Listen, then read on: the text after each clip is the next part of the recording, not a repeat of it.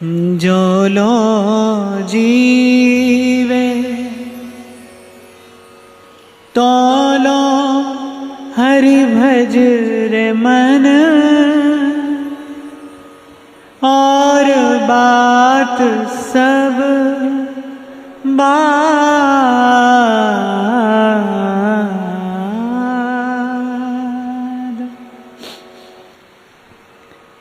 इस सत्र में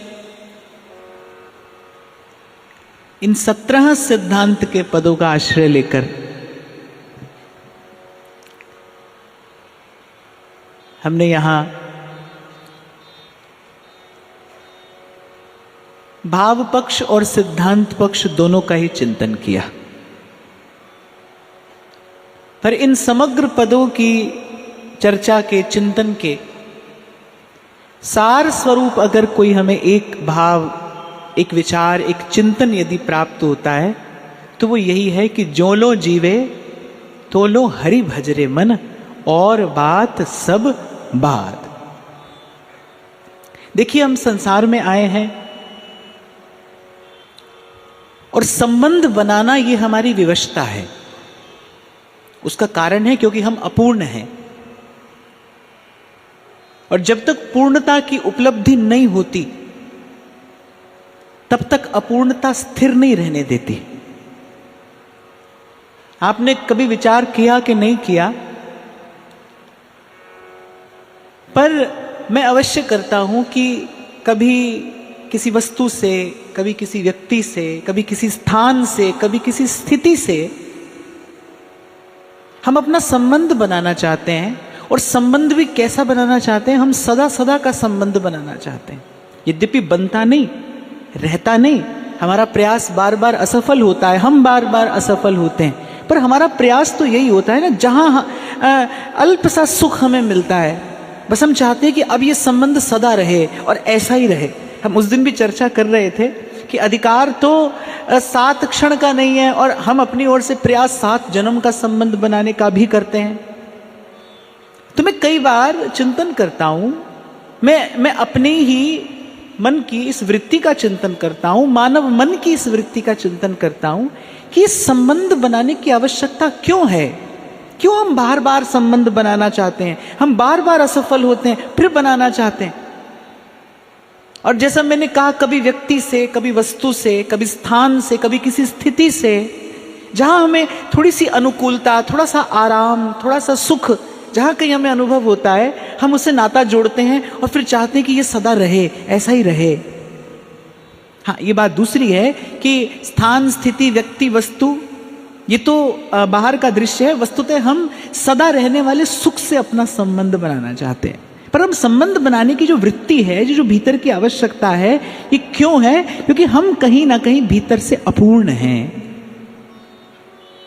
जैसे तृप्ति लाभ हो जाने के बाद, पेट भर जाने के बाद फिर भोजन की ओर देखने की भी इच्छा नहीं होती। बिल्कुल ठीक ऐसे ही जैसे और अंतर को तृप्ति लाभ होती है, फिर कहीं किसी की कोई आवश्यकता नहीं है। पर जब तक तृप्ति लाभ नहीं हुआ,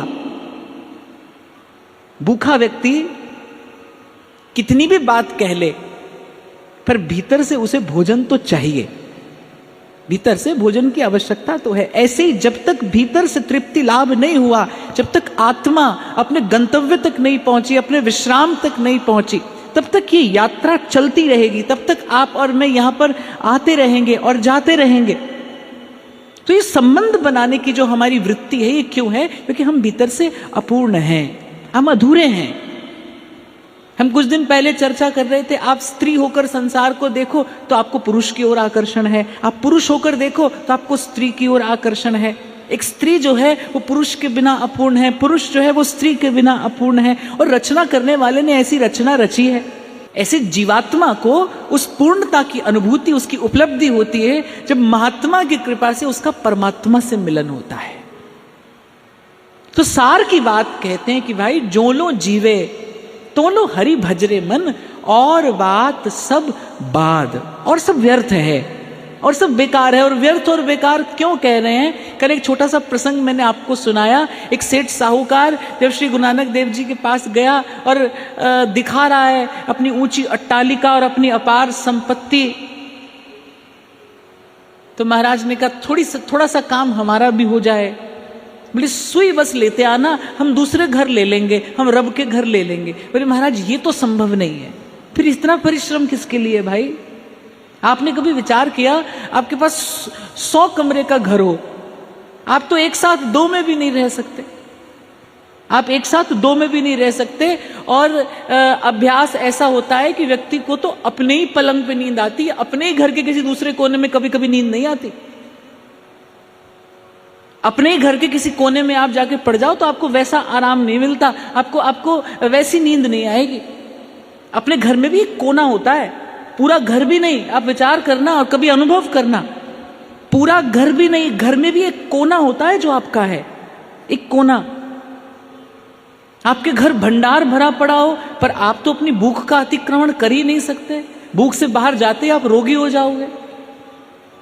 भूख से जैसे ही पैर रखोगे आप रोगी हो जाओगे। तो एक विचार तो जरूर करना चाहिए भाई। हाँ, ये मैं अवश्य कहूंगा, इस विचार के लिए बुद्धि की नहीं, इस विचार के लिए विवेक की आवश्यकता है। बुद्धि तो 1 से 10 करना सिखाती है, बुद्धि आपको 1 से 10 करना सिखाएगी। बुद्धि के पास ये युक्ति होगी कि आप 1 से 100 कैसे कर लें, पर उस 100 का सदुपयोग करने का विवेक तो आपको सत्संग से ही मिलेगा। तो विचार करना चाहिए कि ये सब परिश्रम किसके लिए है। और बार बार संत कहते हैं, और कहते क्या है, चेताते हैं आपको, मुझे जगाते हैं। भाई जिस धन को, जिस संसार को अर्जित करने के लिए आप पाप करते हो, अनीति करते हो, छल कपट करते हो, वो धन यही रहता है। और पाप की गठरिया आपके सिर पर आपके साथ जाती है और जन्म जन्म ढोते हो आप उस पाप का बोझ। विचार तो अवश्य करना चाहिए। तो कह तो मैं आपको ये रहा था कि ये इतना पसारा करते हैं किस लिए। अगर आप प्रभु की ओर देखो, आप प्रभु के होकर रहो, तो आप निश्चिंत संसार में रह सकते हो। और मुझे लगता है निश्चिंत इस संसार में रहना ये बड़ी उपलब्धि है। मैं उस दिन भी आपको सुना रहा था ना कि यहां कोई ऐलान कर दे कि हम मजे में हैं, यहां कोई ऐलान कर दे कि हम मजे में हैं, तो या तो वो फकीर है और या नशे में है। फकीर रह सकता है निश्चिंत, तेरा तुझको सौंपते और क्या लागे है मोर। जो भी गुण आपके पास में है, जो भी साधन आपके पास में है, उसको निवेदन करते जाइए। ये पाप की, ये कर्म की, ये गठरी और भारी मत कीजिए, इसे और गाढ़ा मत कीजिए। कबीर कहते हैं ना, प्रेम नगर का अंत न पाया, जूं आया त्यों जाएगा। सुन मेरे साजन, सुन मेरे मीता, या जीवन में क्या क्या कीता, सिर कर्मों का बोझा लीता, आगे कौन उठावेगा। प्रेम नगर का अंत न पाया, जूं आया त्यों जावेगा। कुछ दिन पहले भी मैंने आपको कहा था, तन के लिए ठौर बनाने के लिए, आप कहते हो सर ढकने के लिए छत चाहिए, सर ढकने के लिए छत तो हो, तन के लिए ठौर बनाने के लिए मनुष्य कितना परिश्रम करता है, कितना परिश्रम करता है। पर भाई ठौर तो मन के लिए चाहिए, विश्राम तो मन को चाहिए, क्योंकि तन के लिए किया हुआ परिश्रम, उसकी परिणति अंत में परिश्रम में ही है। तन के लिए आपने जितना परिश्रम किया, परिश्रम की परिणति परिश्रम में ही है, उसमें सुख नहीं है।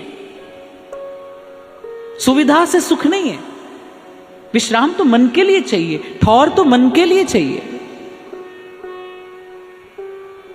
तभी संत कहते हैं यदि प्रेम नगर का अंत न पाया तो फिर ज्यों आया त्यों जाएगा। तो स्वामी जी के इन समग्र सिद्धांत के पदों का सार स्वरूप जो सिद्धांत है वो यही है कि जो लो जीवे तो लो हरि भजरे मन, और बात सब बाद। और मैं आपको बड़ी विनम्रता पूर्वक कहूं, यहां मैं भी आपसे इसके अतिरिक्त जो कहता हूं ना, वो इसी एक बात को आप तक पहुंचाने के लिए कहा जाता है कि जितना कहा सुना जा रहा है ये कोई बुद्धि का विलास प्रदर्शन करने के लिए नहीं है, केवल एक इस सिद्धांत को हृदयंगम कराने के लिए है। देखो, जब तक कोई बताने वाला ना हो, जब तक कोई लखाने वाला ना हो, वस्तु सामने भी हो तो उससे परिचय नहीं होता। आपको आपके अध्यापक ने पहली कक्षा में ये बताया ना कि इसे क कहते हैं, इसे ख कहते हैं। यदि कोई बताने वाला ना हो तो क ख सामने लिखा हो पर पढ़ा तो नहीं जा सकता। ऐसे वो हाजिर है, हुजूर हाजिर है, संत कहते हैं, पर गुरु की कृपा से उसे जाना जाता है, गुरु की कृपा से उसको पहचाना जाता है। इन संतों का जो सिद्धांत है वो है, वो भीतर भी है और बाहर भी है, पर उसे जानने और उसे पहचानने के लिए इस सिद्धांत को हृदयंगम करना आवश्यक है। और एक और बात मैंने कल की चर्चा में निवेदन की थी, उसका स्मरण करके आगे बढ़ेंगे कि जब कह रहे हैं ना जो लो जीवे, जब तक जीवन है तब तक भजना। क्यों? क्योंकि भजन करोगे तो प्रलोभन आएगा, माया सुंदर सुंदर आकर्षण उत्पन्न करेगी, जीव के भूल जाने का, भटक जाने का भय है, अवश्य है। उससे बचने के लिए बस भजन नहीं छोड़ना। जब तक जीवन है तब तक भजना, भजना और बस भजना। और अभी ये बात कठिन लग रही है कि जब तक जीवन है तब तक भजना पड़ेगा, पर एक बार जब प्रभु स्वीकार कर लेते हैं, एक बार जब भजनानंद प्रकट होता है, फिर तो 3 लोक की संपत्ति देने पर भी भजन का वो आनंद छोड़ा नहीं जाता। देखो, थोड़ा सा अपना अनुभव आपसे कह रहा हूं, ये जो परिश्रम है ना, ये तो थोड़े समय का है, सदा का नहीं। अन्य मार्गों पर सदा का परिश्रम है, भजन के मार्ग पर तो बस आरंभ में थोड़े समय का परिश्रम है। बाद में जब भक्ति अपना वैभव प्रकट करती है, जब भजन अपना आनंद प्रकट करता है, फिर तो हर घड़ी आनंद ही आनंद है। उसी आनंद में संत देखे जाते हैं, उसी आनंद में ये साधु देखे जाते हैं। नहीं तो सावधान करते हुए कह रहे हैं, कह श्री हरिदास लोभ चरपट भयो, काहे के लगे फिराद रे। नहीं तो कह रहे जीव के साथ ही लोभ लगा है। भगवत रसिक देव तो कहते हैं लोभ है सर्व पाप को मूल। कह रहे मनुष्य जितने पाप करता है वैसी लोभ के कारण करता है। और स्वामी जी कह रहे हैं लोभ चरपट भयो, ये उचक्का, कह रहे ये चोर सबके साथ लगा है, आपके मेरे सबके साथ। अब संत तो ये भी कहते हैं, बोले भाई जिसे जीतना संभव ना हो उससे मित्रता कर ली जाए। कह रहे जिसे जीतना संभव ना हो उससे मित्रता कर ली जाए। अब कोई पूछे भाई लोभ से मित्रता करके क्या करेंगे, तो बोले लोभ तो हो लेकिन भजन का लोभ हो, भजन का लोभ हो और हो। हे प्रभु आपका सदा दर्शन हो, आपका सतत दर्शन हो, आपका सतत सुमिरन हो। और नारद जी ऐसा एक सूत्र देते हैं भक्ति सूत्र में, तद विस्मरणम परम व्याकुलते। मुझे सूत्र बहुत प्रिय है और कहीं कहीं भीतर बहुत गहरे में एक भाव है कि हाँ ये हमारा उद्देश्य है, यहां तक हमें जाना है, यहां तक हमें पहुंचना है। नारद जी कहते हैं भक्त कौन है, एक क्षण के लिए अगर भगवत विस्मृति हो जाए तो वो व्याकुल हो जाए। जैसे जल के बिना मछली छटपटाने लगती है, ऐसे तन मन प्राण व्याकुल हो जाए जैसे एक क्षण के लिए प्रियतम की विस्मृति हो। तद विस्मरणम परम व्याकुलतेति। तो या तो जीतिए इस लोभ को। श्री भगवत रसिक देव ने कहा, भगवत रसिक संग जो चाहे पहले लोभे त्यागे। अगर आपको सत्संग का सुख लेना है तो पहले लोभ छोड़िए। और लोभ का जो रोग है इसकी औषधि क्या है? संतोष। लोभ की औषधि संतोष है। और आपको स्मरण हो इन्हीं पदों की चर्चा में कभी मैंने आपको निवेदन किया था, जिसको प्रभु के विधान में संतोष नहीं है वो कभी भजन का सुख नहीं ले सकता। संत वाणी में कहते हैं तेरा भाणा मीठा लागे। हे प्रभु, आपने मेरे लिए जो रचा है वो स्वीकार है, स्वीकार है, स्वीकार है। तेरा भाना मीठा लागे, ज्यों राखे त्यों रहिए। हे प्रभु, मेरा कोई प्रश्न नहीं है, मेरी कोई इच्छा नहीं है, आपकी इच्छा में मैंने अपनी इच्छा सम्मिलित कर दी है। और मैं तो कई बार आपको निवेदन करता हूं, मुझे भक्ति की सबसे सरल और सबसे प्रिय परिभाषा लगती है जब प्रभु की इच्छा में आप अपनी सब इच्छा मिला दें। आपकी कोई इच्छा नहीं है, जहां वो रख दे वहां रह ले, जैसे रख दे वैसे रह ले, मन खाली हो जाए। देखो, जिसे हम भजनानंद कहते हैं ना, वो वस्तुतः क्या है?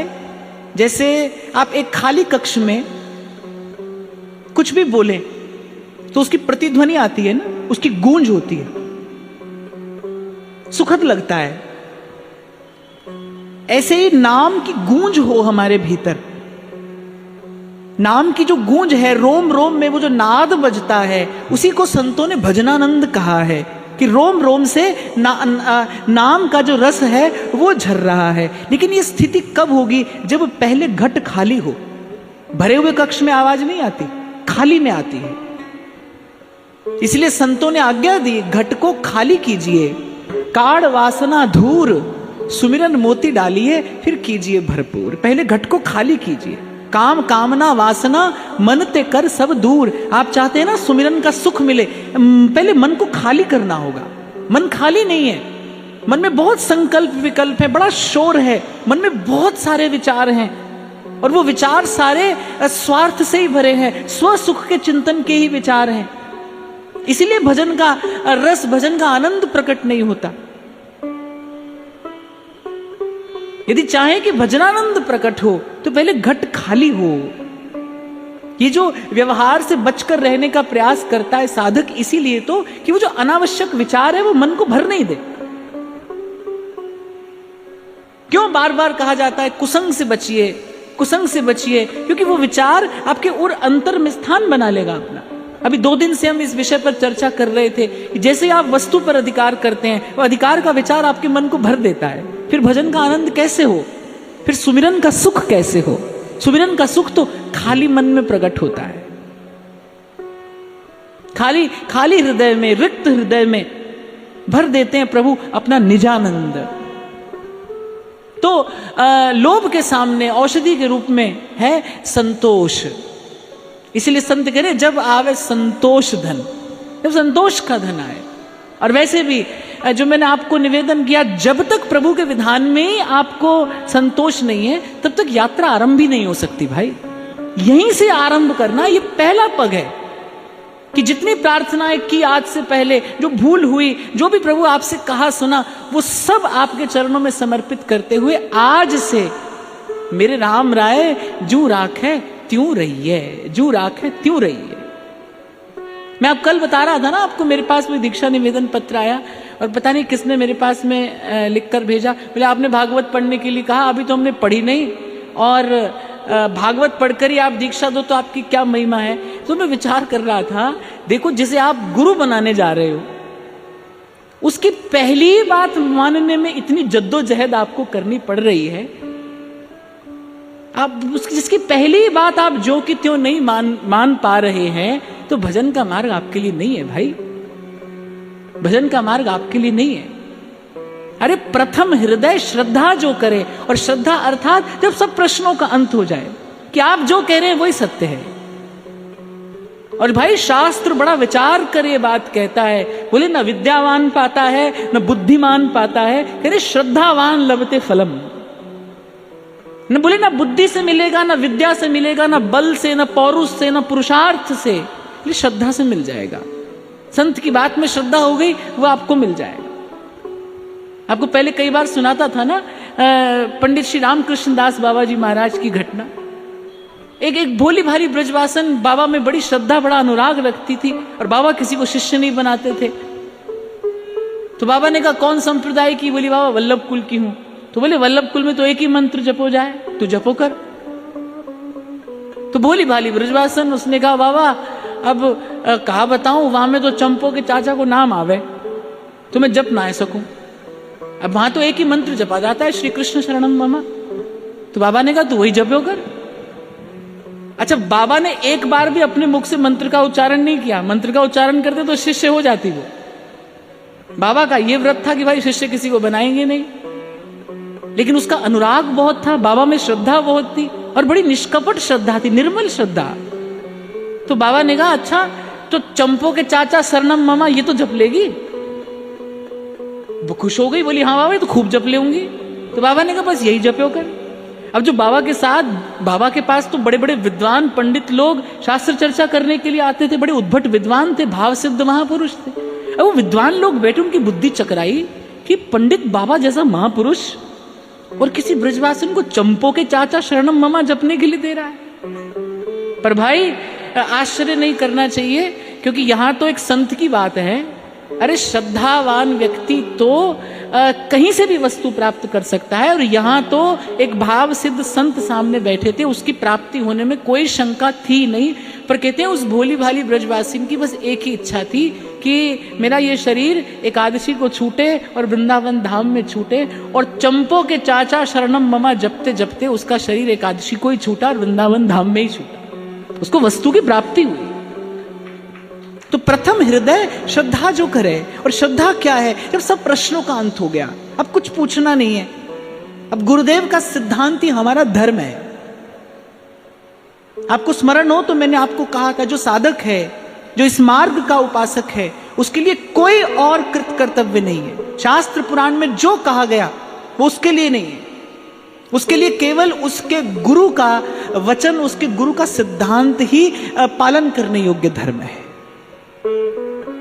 जब हमारे सेवक जी हमें आज्ञा देते हैं ना कि हरिवंश नाम बिसरे न छिन, श्री हरिवंश सहाय भल, जब हमारे सेवक जी आज्ञा देते हैं मन क्रम वचन कहो नित टेरे, श्री हरिवंश प्राण धन मेरे, जब हमारे सेवक जी आज्ञा देते हैं मन क्रम वचन त्रिशुद्ध सकल मत हम श्री हित हरिवंश उपासी, जब हमारे सेवक जी आज्ञा देते हैं श्री हरिवंश तजो भजो और ही तो मोहि श्री हरिवंश दुहाई, तो हमारे लिए केवल इस नाम का आश्रय हमारा परम धर्म है। इसके अतिरिक्त हम जो करते हैं मनमानी चाल है, करते रहिए और देखिए कहां पहुंचा जाता है। तो धर्म यही है जिसकी आज्ञा हमें गुरुजनों ने की है, जिसकी आज्ञा हमें आचार्यों ने की है, और उसके सन्मुख कोई प्रश्न नहीं है, कोई शंका नहीं।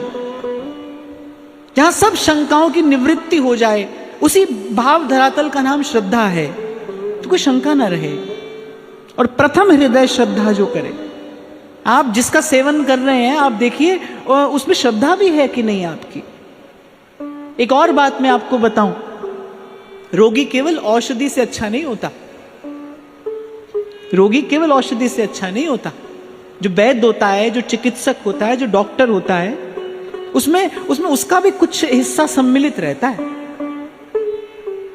एक डॉक्टर ऐसा होता है कि वो रोगी के कष्ट को बात करके 10 गुना बढ़ा देता है, और एक डॉक्टर ऐसा होता है वो बात करके उसको आधा स्वस्थ कर देता है।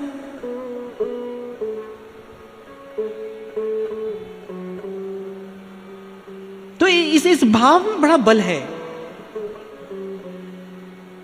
कबीर कहते हैं ना, राम नाम की औषधि सतगुरु दई बता,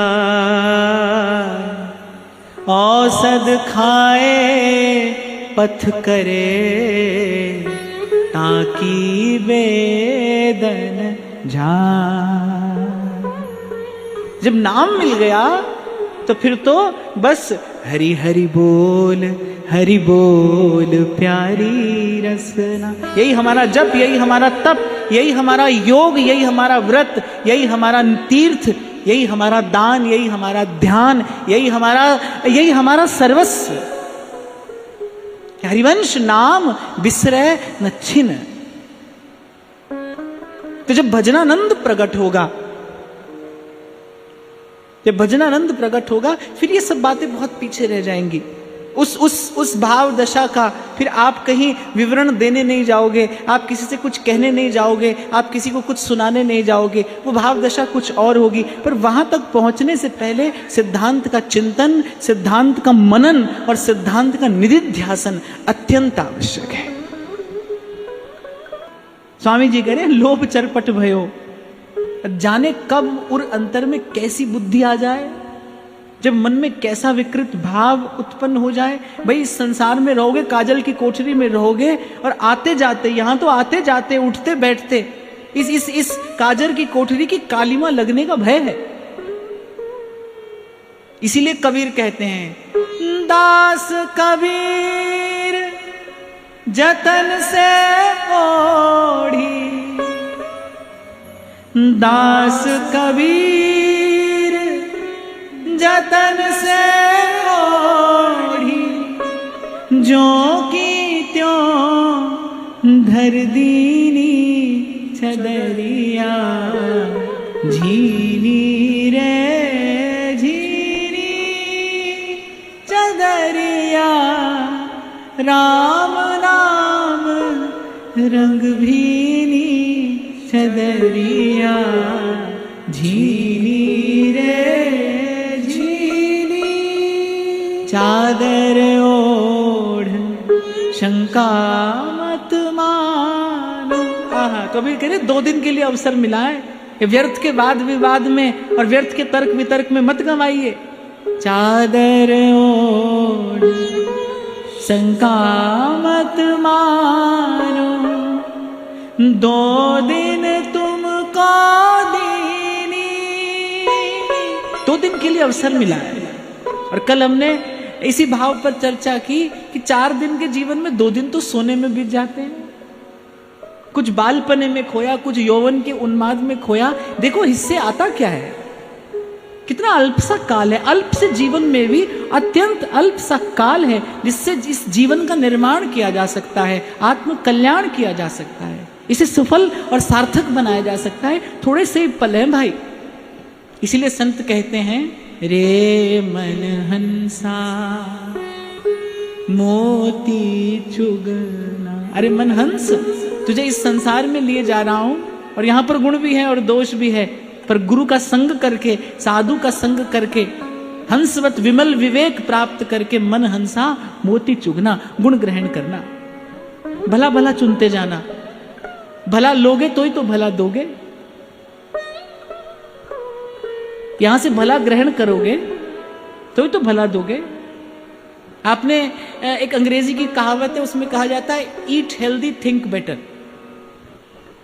पर पहले ईट हेल्दी, पहले अच्छा भोजन करिए तभी तो अच्छा सोच पाओगे। इस संसार से गुण ग्रहण करिए, गुण ग्रहण करके ही इस संसार को कुछ स्वस्थ दे पाएंगे। आप स्वस्थ हैं तो स्वस्थ दे सकते हैं। स्वस्थ व्यक्ति की तो सेवा करेगा, चाहे वो तन से हो या मन से हो या साधन से हो। तो भला भला चुनते जाना। चादर ओढ़ शंका मत मानो, 2 दिन तुमको दीनी। गुरुजनों के संग रहना, संतों के आसपास बने रहना, उनके चरणों की छाया में रहना, वो गुण ग्रहण करना सिखा देंगे। साधु क्या सिखाता है? साधु गुण ग्रहण करना सिखाता है। कई बार हम चर्चा करते हैं भाई संसार थोड़ी बदल जाता है, संसार तो ऐसा ही रहता है, आगे भी ऐसा ही रहेगा। गुण ग्रहण करना आ जाता है, हमें काम की वस्तु चुननी आ जाती है। साधु ऐसा चाहिए जैसा सूप सुभा, सार सार को गह रहे थोथा देत उड़ा। आप देखो जब गुण ग्रहण करना आ जाए तब न किसी से द्वेष है, न किसी के प्रति अहित का भाव है, न मन में कोई क्लेश है। द्वेष ही तो मन में सब क्लेश लाता है। राग और द्वेष के कारण ही तो सब क्लेश है। जब आपको गुण ग्रहण करना आता है, जब आप दोष छोड़ते चलते हैं और गुण ग्रहण करते चलते हैं, तब आप देखते हैं कि जीवन में अब कोई नकारात्मकता नहीं है। बड़ा सकारात्मक हो गया है जीवन, स्वस्थ हो गया है जीवन, निर्मल हो गया है जीवन, पवित्र हो गया है जीवन। केवल गुण ग्रहण करना आता है साधु को। अब वस्तु की ओर देखो, आप पदार्थ की ओर देखो, तो फिर तो गुण दोष आपको दिखाई पड़ेगा। दृष्टि प्रभु पर हो, जो है वो प्रभु का है। एक सिद्धांत दृढ़ करके अपने पास रख लिया जाए, भाई जो है वो प्रभु का है। देखो दो मार्ग हैं, या तो सबका निषेध करते हुए और जो शेष रह जाता है उसको ग्रहण करिए, नहीं तो सबको स्वीकार करिए। पर मुझे लगता है ये जो सबको स्वीकार करने का मार्ग है ना, ये बड़ा सरस है, आपका हृदय सरस रहता है। ऐसी उपलब्धि किस काम की जो आपको भीतर से रूखा सूखा बना दे। सबको अपना मानते हुए, सबको अपने प्रभु का मानते हुए, सब जीवन सो प्रीत और रीत निवाहत आपनी।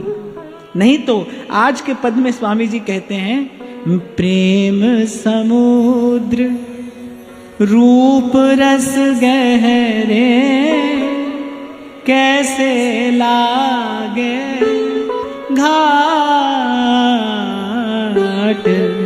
प्रेम समुद्र रूप रस गहरे कैसे लागे घाट। साधारण मार्ग भी बड़ा कठिन है, और फिर प्रेम का मार्ग तो चढ़ के मैन तुरंग पे और निकसे पावक माई। प्रेम पंथ ऐसो कठिन सब कोई निभत नाई। प्रेमी को तो पल पल स्व सुख की आहुति इस प्रेम की अग्नि में देनी होती है, पल पल। श्याम सुंदर कहकर गए हैं कि मेरी राह देखना। अब गोपी के लिए वही धर्म है, उसके लिए वही जीवन है, वही जीवन है। मैं तो खैर बहुत अधिक इस भाव का चिंतन नहीं करता, मेरे में तो सामर्थ्य ही नहीं है। पर कभी कभी विचार मन में आता है कि जिन्होंने श्री कृष्ण को इन नेत्रों से देखा, जिन्होंने श्री कृष्ण का आलिंगन किया, जिन्होंने श्री कृष्ण का अधरामृत पाया, जिन्होंने श्री कृष्ण को लाड़ लड़ाया, और जिन्हें प्रभु ने लाड़ लड़ाया, जिन्हें प्रभु ने प्रेम दान किया, रस दान किया, उन गोपांगनाओं के लिए कैसा हो गया होगा जीवन जब श्री कृष्ण चले गए होंगे। कैसा हो गया होगा जीवन, और कैसा धीरज उन गोपांगनाओं के हृदय में, कैसा समर्पण श्री कृष्ण के चरणों में। ये प्रेम की कैसी परीक्षा में डाला प्रभु ने गोपियों को, ये किस किस प्रेमाग्नि में तपने के लिए डाला प्रभु ने गोपांगनाओं को, कि कहकर गए प्रतीक्षा करना। जैसे एक आपको निश्चय हो जाए, भाई अमुक वस्तु हमको मिलेगी, तो ठीक है, उसकी आशा होती है। पर मुझे लगता है कि ये निश्चय हो जाए ना कि नहीं मिलेगी, तो थोड़े से समय में आप अपने आप को समझा बुझाकर और दो पग आगे बढ़ जाते हैं कि भाई ये वस्तु हमें नहीं मिलेगी। कभी कभी ऐसी परिस्थिति देखी जाती है कि अपना कोई स्वजन खो जाता है, उसकी कोई खबर नहीं है, खबर नहीं कि वो आएगा कि नहीं आएगा। तो इतना दुख और इतनी पीड़ा हृदय झेल लेता है कि हृदय कहने लगता है, इससे तो कोई ये खबर मिल दे दे कि भाई अब वो नहीं आएगा, कम से कम हम एक और तो हो जाए, हम एक टिकाने तो लगे। पर ये जो है ना, किसी की प्रतीक्षा, खबर नहीं वो आएगा कि नहीं आएगा, ये बड़ा कठिन है। ये जीवन को पल पल कठिन बनाने वाला है। और ऐसी परीक्षा में भगवान ने डाला। भगवान कहकर चले जाते कि अब लौट कर आना नहीं होगा, पर ऐसा कहकर नहीं गए, बोले मैं आऊंगा, परसों लौट आऊंगा, मेरी राह देखना, प्रतीक्षा करना। गोपांगनाओं को प्रतीक्षा देकर गए भगवान, और वो प्रतीक्षा ही उनकी प्रेम की परीक्षा हुई, पर दी उन्होंने। तो मैं कई बार विचार करता हूं, कैसा जीवन गोपांगनाओं का रहा होगा, कैसा जीवन। पर उस परीक्षा को उत्तीर्ण करती हैं गोपियां। तो प्रेमी को तो पल पल अपने सुख की आहुति देनी है उस प्रेम अग्नि में, पल पल, प्रत्येक पल। ज्ञान के मार्ग पर कोई क्या कष्ट सहता है, तपस्वी क्या तपता है, जिस विरह के ताप को एक प्रेमी हृदय सहता है, जिसे कोई शब्दों में अभिव्यक्त नहीं कर सकता। मीरा कहती है ना, जिस तन लागे सो तन जाने, और न जाने पीर पर आई। बाईसा गाती हैं, मेरी मैं तो दर्द दीवानी, मेरो दर्द न जाने को। घायल की गति घायल जाने, और के जिन घायल हुए, और मीरा की प्रभु पीर मिटे जब वैद सांवड़िया हो। रसखान कहते हैं बिरहा की जो आंच लगी तन में, हो जाए परी जमुना जल में, जमुना जल सबरो सूख गयो, हो जाए परी धरती तल में, तहां रेत फटी पाताल गई, तहां शेष जरो धरती तल में। आह बिरहा की तब आंच मिटे जब आए कि शाम लगे गल में, जब आए कि शाम लगे गल में। ऐसे बिरहे के ताप से उत्तप्त गोपांगनाएं, रोम रोम तप रहा है, पर कहते गोपियों ने प्राण नहीं त्यागे, देह नहीं छोड़ा। क्यों? क्योंकि प्रीतम कहकर गए हैं प्रतीक्षा करना। जीवन भर गाती रही प्राण पिंजरे में कैद, और मन सांवरिया के पास। तो श्री स्वामी जी कह रहे प्रेम समुद्र रूप रस गहरे, कैसे लागे घाट। 2 दिन पहले भी मैंने आपको निवेदन किया था, रस देश में प्रवेश करने से पहले इस सिद्धांत को दृढ़ करके धारण करना बहुत आवश्यक है। सिद्धांत दृढ़ हो, आपकी भक्ति भाव की भूमिका बड़ी दृढ़ हो, तभी ये प्रेम का महल उस पर खड़ा हो पाएगा। प्रेम की बात करने से, प्रेम की बात करने से प्रेम का स्पर्श नहीं होता। अगली पंक्ति में यही कह रहे हैं, बेकारो दे जान कहावत, जान पन्यों की कहाँ परी बाट। बेकारो दे जान कहावत, जान पन्यों की कहाँ परी बाट। फिर बेकार हो दे जान कहावत, जान पन्यों की कहाँ परी बाट। अर्थात कह रहे कि व्यर्थ में कोरा दम्भ भरा, हम जान गए प्रेम को, प्रेम क्या है, और स्वयं को प्रेमी कहलाने लगे। तो कह रहे जान पने की कहाँ परी बाट। बोले ऐसे कैसे मार्ग मिले? प्रेम की बात करने से और सुनने से प्रेम नहीं होता। अनिर्वचनीय प्रेम स्वरूपम। वैसे तो प्रेम की बात होती नहीं। प्रेम की बात क्या होती है? हमारे ध्रुवदास जी कह रहे स्नेह में गोष्ठी कहाँ। अब प्रेम ही है तो फिर बात क्या है? फिर कैसी बात? अगर प्रेम ही है तो फिर कैसी बात? प्रेम भी है और आपको चाहिए भी, भले वो आपको प्रेमास्पद ही क्यों ना चाहिए हो। अर्थात फिर प्रेम नहीं है, फिर प्रेम नहीं है। प्रेम भी है, कभी कभी आप क्लेम करते हैं ना प्रेम है, हमें आपसे प्रेम करते हैं, प्रेम भी करते हैं और आपको कुछ चाहिए भी। जैसे एक व्यक्ति बड़ा अशांत, बड़ा व्याकुल, एक महात्मा की दृष्टि पड़ी, बोले बेटा क्यों व्याकुल हो? बोले महाराज शांति चाहिए। बोले तुम्हारे इन दो शब्दों में कितना विरोधाभास है। एक और कहते हो शांति और दूसरी ओर कहते हो चाहिए। जब तक कुछ चाहिए तब तक शांति कहाँ है? जब तक तुम्हें कुछ चाहिए तब तक शांति कहाँ है? जब तक आप चाहते हैं तब तक प्रेम कैसा? तभी ध्रुवदास जी ने कहा भाई स्नेह में गोष्ठी कहाँ? और फिर प्रेम के देश में आइए।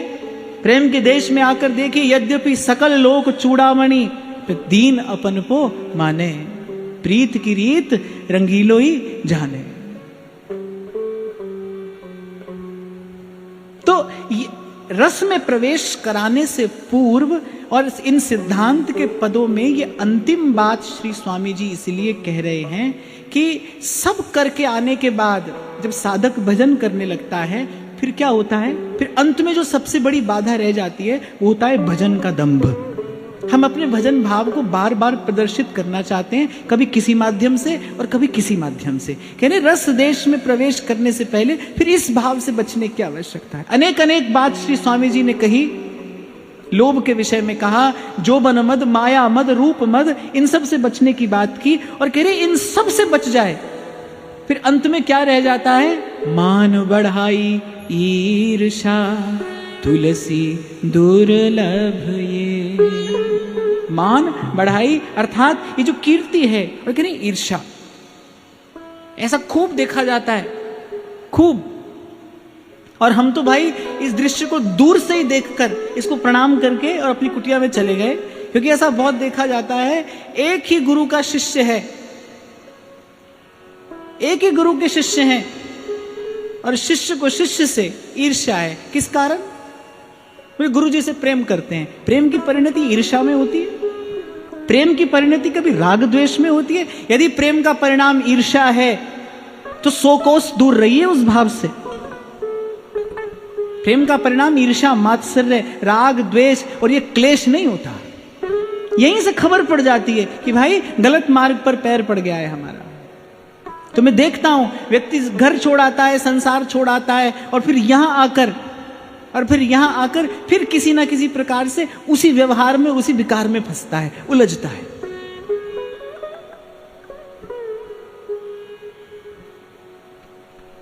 तो कह रहे बेकार है उधर जान कहावत, जान पन्यों की कहा परिवार। और वैसे भी कभी कभी ये देखा जाता है कि जो हम में है नहीं उसे हम दिखाने का, बताने का, प्रकट करने का प्रयास करते हैं। इस दंभ भरी वृत्ति से बचने की बात अंत में श्री स्वामी जी कह रहे हैं, क्योंकि प्राय करके ये वृत्तियां जो है ना, ये तथाकथित जो भक्त हुए नहीं है पर भक्त कहलाना चाहते हैं, उन्हीं में देखी जाती है। ये पद श्री स्वामी जी ने विशेष करके केवल साधकों के लिए कहा है, जो घर संसार छोड़कर, व्यवहार छोड़कर और भजन करने का दंभ भरते हैं। कह रहे उन लोगों को इस वृत्ति से विशेष सावधान रहना चाहिए। आप जितना जानते हैं तो उतना ही कहना पर्याप्त है। मुझे याद है जब मैंने यहाँ व्यासपीठ से सेवा करना आरंभ किया तो मुझे बाबा ने कहा, बोले बेटा कथा में पुनरुक्ति हो कोई बात नहीं। पुनरुक्ति कहते हैं एक बात को बार बार कहना। वो कहते हैं कथा में पुनरुक्ति हो कोई बात नहीं, पर देखना कथा में कभी अतिशयोक्ति ना हो। अतिशयोक्ति अर्थात जिसे तुम नहीं जानते, जिसका तुम्हें कोई अनुभव नहीं है, वो बात नहीं कहना। जिसे आपने अनुभव किया है अपने साधक जीवन में, या आप करने का प्रयास कर रहे हैं, जो आपके अनुभव की बात है, केवल वही यहां से कहनी चाहिए। जो हम हैं नहीं उसे दिखाने का, बताने का प्रयास करना अंत में भक्ति को दंभ और पाखंड से दूषित कर देता है। अच्छा, एक बार हम थोड़ा ध्यान से अगर इसका विचार करें, हम अपने भाव का प्रदर्शन कर रहे हैं, बदले में हमें क्या मिल रहा है? संसार से जय जयकार मिल रही है। अरे विचार करो, वो संसार से मिलने वाली जय जयकार, वो संसार से मिलने वाली मान प्रतिष्ठा अंततः हमारे अभिमान की वृद्धि तो करेगी। अंततः हमारे भीतर का जो अभिमान है वही तो बढ़ेगा, और अंततः अभिमान बढ़ने से हम प्रभु से दूर ही तो होंगे, प्रभु से विमुख ही तो होंगे। असत्य का परिणाम कभी सुखद नहीं हो सकता। वो किसी ना किसी प्रकार से आपको प्रभु से दूर ले जाएगा, आपको भजन के आनंद से दूर ले जाएगा। और वैसे भी भाई मुझे तो ऐसा लगता है, जिसको तू नवाज दे उसको नवाजे जमाना। सम्मान तो उसका जो उसका है जिसको प्रभु से मिला हो, उसका जो सम्मान है, उसकी जो कीर्ति है, उसका जो यश है, उसे काल नष्ट नहीं कर सकता। वो कल्प कल्पांतर, युग युगांतर तक अक्षुण्ण रहता है। अगर यशस्वी हैं तो फिर हनुमान जी हैं, उन्हें प्रभु ने यश दिया है। प्रभु ने कहकर कहा, सुन कपितोत उऋण में नाहि।